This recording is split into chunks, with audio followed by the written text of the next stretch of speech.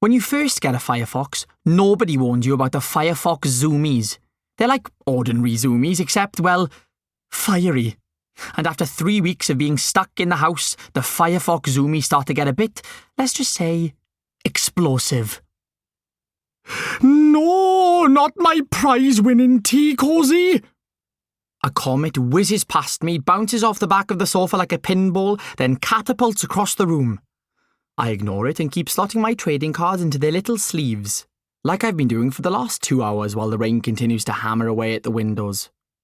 I have come to realise that the best way to deal with the Firefox zoomies is to pretend that they aren't happening. My pa has not learned this lesson. He skids into the room, his expression one of utter desperation. I can tell he's trying to catch Cadno and rescue the scrap of wool between his jaws, but the cub is moving too fast. He makes 2 laps of the coffee table in the time it takes to blink, then shoots through Pa's legs and into the hall in a trail of flames. Charlie, do something! Pa gasps. I slowly close my trading card file, place my hands on my lap and look up. Oh, hello, Pa. How nice to see you. You have to get my tea cosy back, Pa cries, dashing my attempt at pleasantries. It took me a week to knit.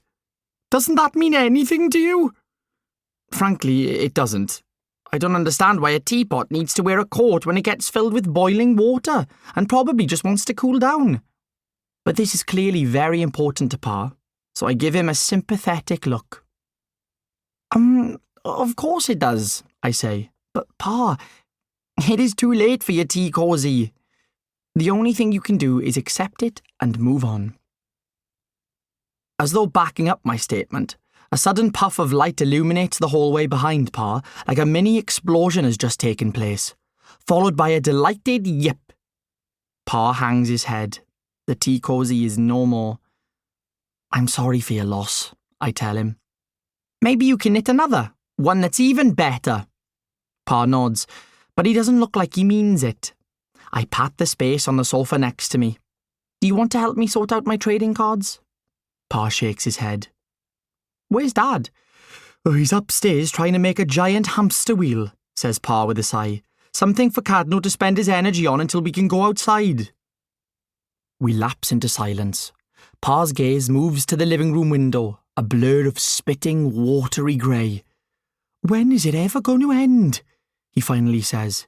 It's been ages now. Surely this isn't normal.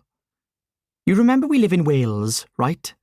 I know that, but even we don't usually get this much rain. It hasn't stopped, does it? Not even for a second. He's right. It started in the middle of what had been a sunny day.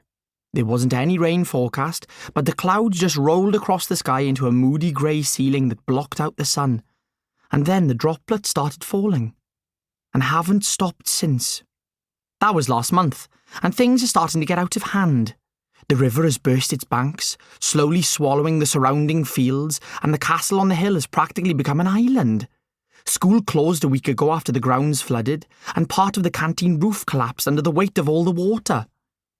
We've been stuck at home ever since, watching the minutes creep by. I haven't been able to see my best mates, Lippy and Roo, nor have I been able to take Cadno out. The last time we got caught in a rainstorm, his fire dimmed and we had to run home. He was weak for hours afterwards. Firefoxes and water do not mix. Weather experts are calling it a freak phenomenon, and it's showing no signs of stopping. Neither are Cadno's zoomies. If anything, both the rain and the zoomies only seem to be getting more and more intense. The zoomies started not long after the rain did, and we've had many household casualties since. Pa's tea cosy, countless socks, a throw, a lampshade, enough teddy bears for a whole picnic, and even a couple of cushions. I haven't once been able to take Edie out to try her new raincoat, Pa laments. He reaches behind him and grabs a pink coat, covered in rainbows and glossy from lack of use. It's still got the price tag on. Cadno slinks back into the room and, refusing to meet Pa's eye, hops onto the sofa and curls into a ball on my lap. I place my hand on his belly, still hot from the excitement of destroying Pa's tea cosy, and gradually feel his flames cool beneath my fingertips until he starts to snore.